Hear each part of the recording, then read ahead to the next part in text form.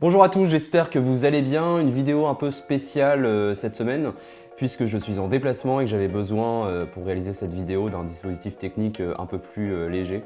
Donc j'espère que ça vous plaira, vous n'hésitez pas à me le dire en commentaire. Cette semaine, j'aimerais vous parler de prospection grâce à la vidéo parce que j'ai le sentiment que c'est un sujet qui est de plus en plus présent dans le quotidien des entrepreneurs. On me pose beaucoup de questions à ce sujet, à savoir comment mettre la vidéo au service de sa prospection. Donc dans cette vidéo, on va vraiment parler de prospection à froid, c'est-à-dire comment on va contacter des personnes qui ne nous connaissent pas encore et qui pourraient être susceptibles d'être intéressées par les produits et services qu'on propose. Et du coup, la vidéo, on va voir que c'est très intéressant de l'intégrer à sa stratégie de prospection pour trois raisons principales. Les atouts de la vidéo pour votre prospection, la première chose, c'est que la vidéo, elle a une portée imbattable. Tout le monde regarde des vidéos aujourd'hui. Selon une récente étude de MotionQ, 68% des consommateurs consacrent au moins 25% de leur temps de présence sur les réseaux sociaux à regarder des vidéos. Donc voici une véritable opportunité pour les entreprises, pour les professionnels, de toucher leur audience par ce biais. Deuxième atout, ce sont des contenus abordables. Il est plus simple de maintenir l'attention de votre audience avec une vidéo plutôt qu'avec un article de blog par exemple. Même pour faire la démonstration de produits techniques, la vidéo sera bien la plus adaptée en permettant d'aborder le sujet de façon pédagogique et ludique. Et enfin, troisième atout, c'est l'engagement. La vidéo engage votre audience en lui donnant la possibilité de réagir à vos différents contenus. À travers les stories par exemple ou les vidéos courtes verticales sur TikTok, les professionnels peuvent partager leur quotidien en temps réel avec leurs abonnés sur les réseaux sociaux. C'est la meilleure façon de transmettre un message en suscitant une émotion. Ces trois atouts pour la vidéo, ils s'appliquent totalement à la prospection. Grâce à la vidéo, votre prospection va enregistrer des résultats bien supérieurs aux emails classiques. Vous allez toucher davantage de personnes à qui vous allez pouvoir présenter en 30 à 40 secondes vos motivations à entrer en contact avec elles, avec à la clé un fort engagement en cas de réponse. Dans cette vidéo, je vous présente 4 leviers pour réussir votre stratégie de prospection.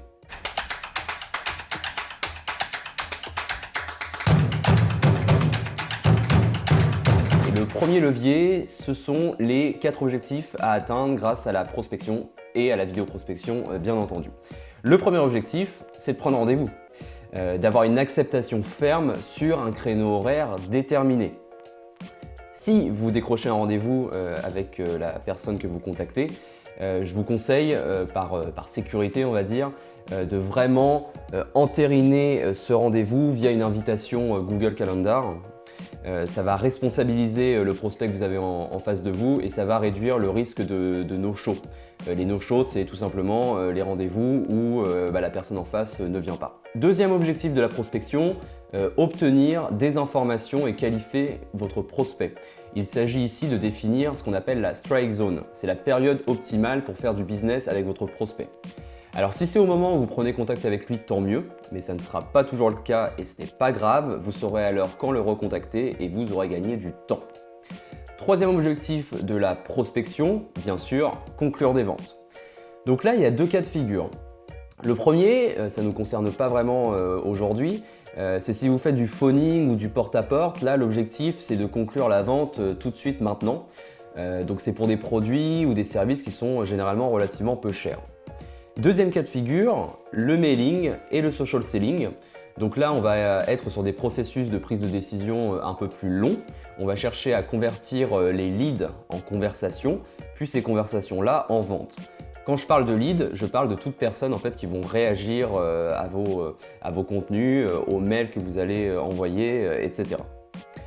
Quatrième objectif de la prospection, créer de la familiarité. Il faut vraiment que vous deveniez familier aux yeux de votre prospect. Et ça peut passer, ça doit passer par la diversification au niveau de vos canaux de prospection. Ainsi, lorsqu'il recevra votre appel, peut-être que votre nom ou celui de votre entreprise ne lui seront pas totalement inconnus grâce à des actions que vous aurez fait avant. Une visite de son profil LinkedIn ou le fameux mail de présentation accompagné d'une vidéo que vous lui aurez envoyée quelques jours avant. Bref, grâce à la vidéo prospection, votre interlocuteur vous aura déjà vu, le lien de confiance pourra être tissé plus rapidement d'où une plus grande probabilité de réponse, surtout si vous lui avez donné envie d'en savoir davantage sur vous et sur ce que vous proposez. Deuxième objectif, la rédaction, bien sûr, du message à délivrer. La réussite de votre vidéo prospection dépend énormément du message que vous allez délivrer. Vous devez vraiment vous accorder un temps de réflexion, puis de rédaction du message avant même de penser au tournage de vos futures vidéos. L'utilisation de la vidéo dans votre prospection s'inscrit dans une campagne d'envoi d'email à des personnes qui ne vous connaissent pas encore. Et le succès de toute campagne d'emailing, elle va reposer sur 3 aspects. Vos futurs emails, ils vont devoir être reçus. Ensuite, ils vont devoir être ouverts. Et ensuite, ils vont devoir être convertis. Donc, pour que votre email soit reçu, voici quelques astuces pour développer la délivrabilité de vos emails, à savoir le fait qu'ils seront bien reçus par les destinataires que vous ciblez, plutôt que d'atterrir dans leur spam. Donc je parlerai ici que d'éléments qui relèvent du comportement de celui ou de celle qui envoie les emails, donc vous. Si vous avez des blocages plus techniques qui concernent les protocoles d'identification par exemple, là je vous renvoie vers un prestataire vraiment plus qualifié type développeur web. Concernant les astuces que vous pouvez appliquer vous-même, vous pouvez commencer par éviter les mots trop racoleurs, trop commerce, trop business dans vos emails et surtout dans les objets de vos emails. Des termes comme offre spéciale, gratuit, remise exceptionnelle, voilà, les fournisseurs de messagerie sont pas fans et risquent de basculer vos mails assez rapidement dans vos spams. Les majuscules également sont également à éviter, ainsi que la ponctuation trop prononcée. Ensuite, il faut savoir que, alors ça peut paraître contradictoire quand on parle d'emailing, mais l'envoi en masse est à proscrire. C'est l'une des principales raisons qui envoie vos emails directement dans les spams. La vidéo prospection, elle repose sur des emails individualisés, personnalisés et envoyés un par un. Enfin, ça peut aussi paraître contradictoire, les liens hypertextes ne sont pas très appréciés par les fournisseurs de messagerie. Alors je sais que c'est très compliqué de ne pas en utiliser dans ces emails de prospection car ils servent souvent de call to action renvoyant votre destinataire vers un agenda en ligne, un formulaire, une landing page, votre site internet, etc. Essayez juste de ne pas trop en abuser. Je pense qu'un lien c'est nettement suffisant. De toute façon un mail réussi c'est une idée, clairement, une idée, une action. Et bien sûr pas de pièce jointe. Pareil, c'est pas du tout une bonne idée. Ensuite, on cherche à ce que son mail soit ouvert. Donc le taux d'ouverture de vos emails dépend essentiellement de l'objet, mais aussi de la première ligne qui va apparaître dans la boîte de réception des logiciels de messagerie quand votre destinataire va recevoir votre mail. Vous devez convaincre votre destinataire d'ouvrir votre mail en éveillant sa curiosité. Et ce n'est pas une mince affaire face à la centaine de mails que nous recevons en moyenne chaque jour. Donc première chose à garder en tête, adressez-vous à votre destinataire en lui parlant de lui, pas de vous. Trop d'emails de prospection sont centrés sur la personne qui l'envoie et ce n'est pas du tout vendeur. Il est beaucoup plus opportun de lui parler de son domaine d'activité et des besoins que vous estimez pour lui plutôt que de votre offre directement. Soyez patient, ça viendra naturellement. Une autre astuce consiste à apparaître comme familier avec votre destinataire. J'en ai parlé précédemment. Je ne vous parle pas d'aller jusqu'à le tutoyer directement, mais l'idée c'est de trouver un juste équilibre entre un ton trop solennel et une attitude trop intrusive. Cela renvoie à la loi de familiarité, figurant dans les principes de la Gestalt. Nous sommes tous attirés en premier lieu parce que nous connaissons, par les formes les plus significatives et familières dans notre esprit. Donc cette idée de familiarité, elle est très importante et vous allez chercher, au-delà du simple envoi d'un mail, vous allez chercher à la cultiver durant vos différentes actions auprès de vos prospects. Dans vos futures vidéos de prospection, vous aurez intérêt à adopter des comportements qui parlent donc à votre destinataire, à reprendre des codes qui lui parlent. Et s'il a déjà entendu parler de vous grâce à une précédente action marketing, c'est encore mieux. Voilà.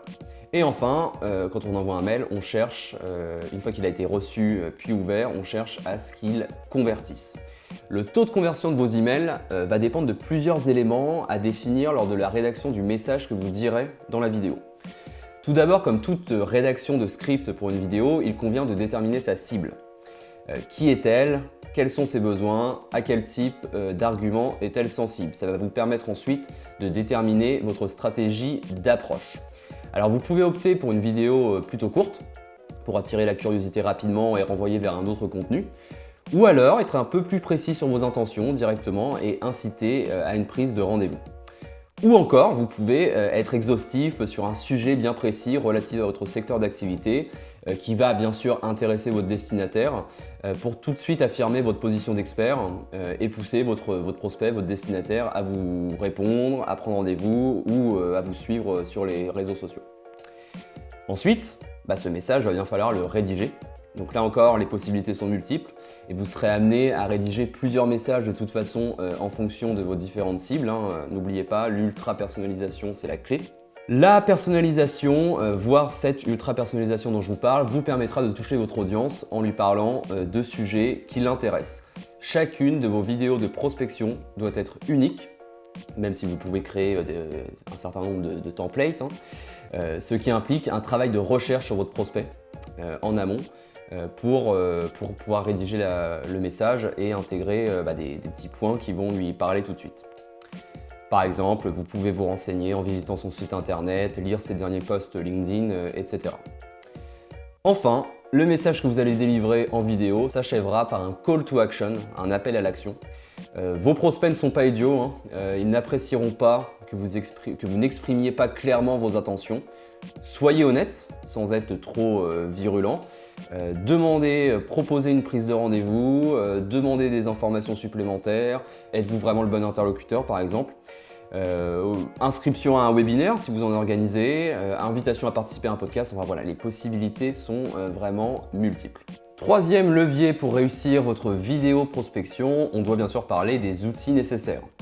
Donc il existe plusieurs outils pour déjà automatiser votre vidéo prospection, même si au début je vous conseille de le faire mail par mail sans utiliser d'outils en particulier pour vous familiariser avec ce processus. Dans un second temps, quand vous serez à l'aise dans l'exercice, vous pourrez réfléchir effectivement à automatiser pour augmenter le nombre de mails que vous êtes capable d'envoyer chaque jour.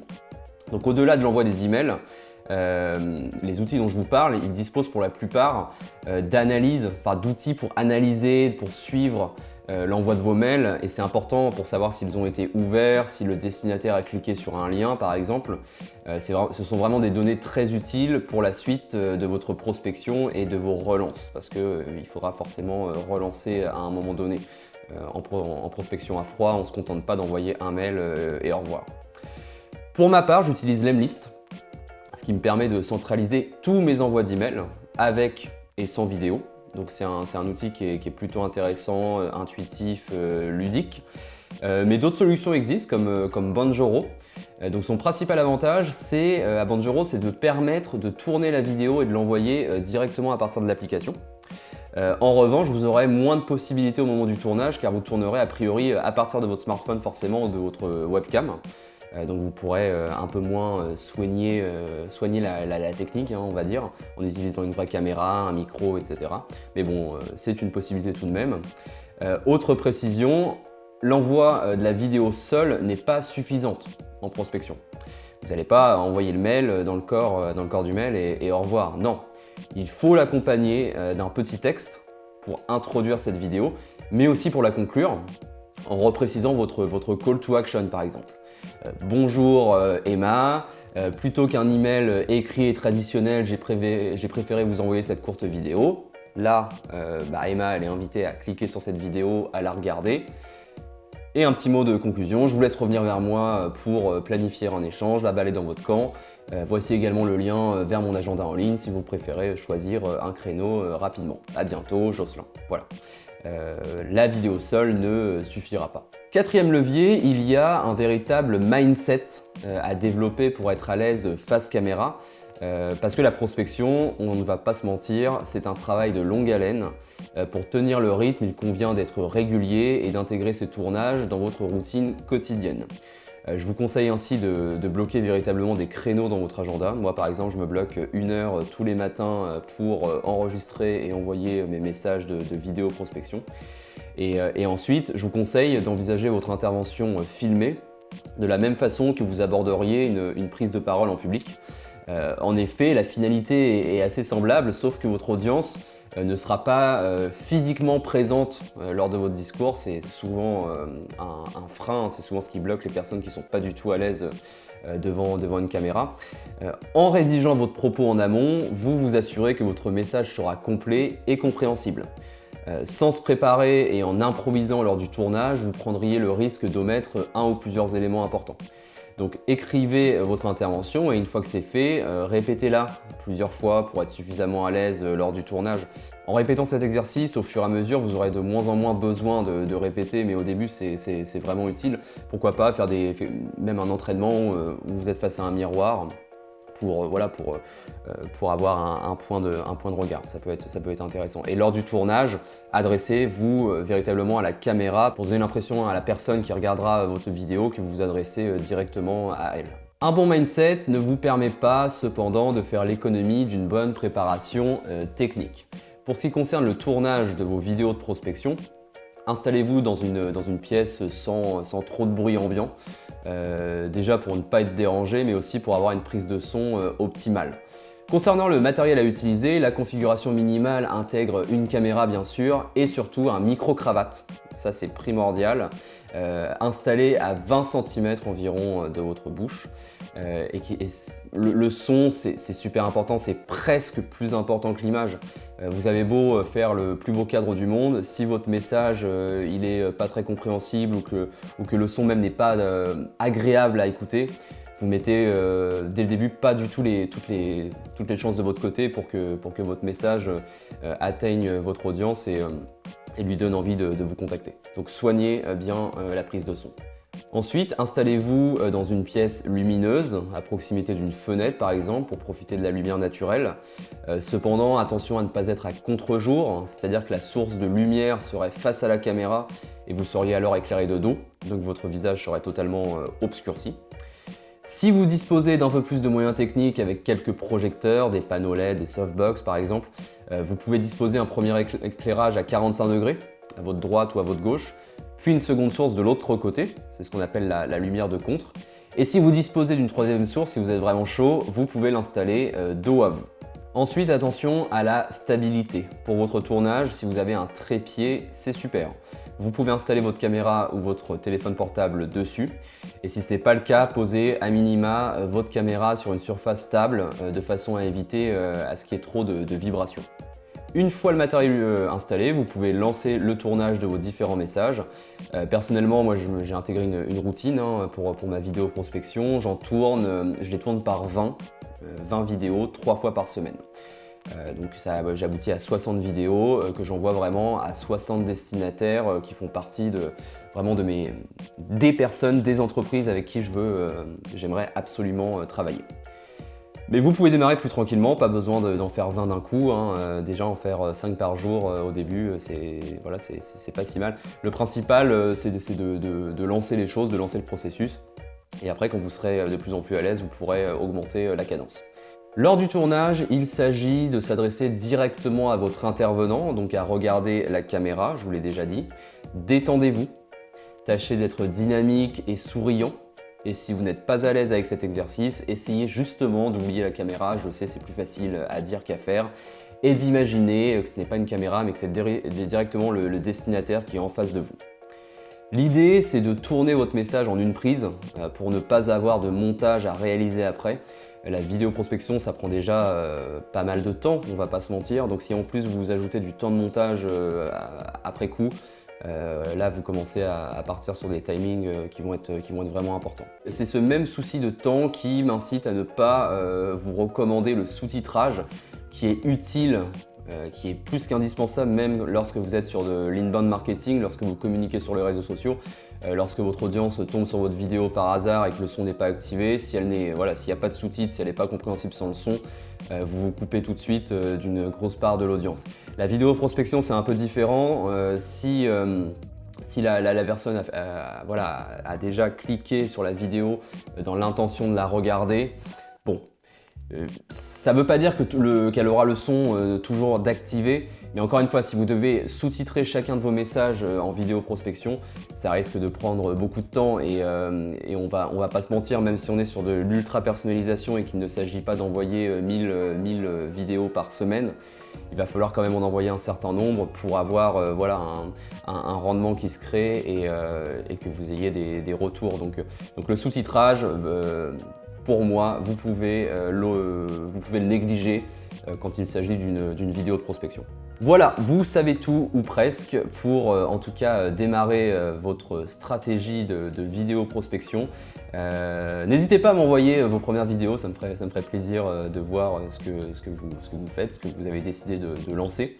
N'hésitez pas également à liker cette vidéo, à la commenter ou à la partager si vous souhaitez nous encourager à créer plus de vidéos de ce type. Et je vous dis à très vite pour de nouvelles aventures audiovisuelles avec A à Z Film. Bonne journée à tous!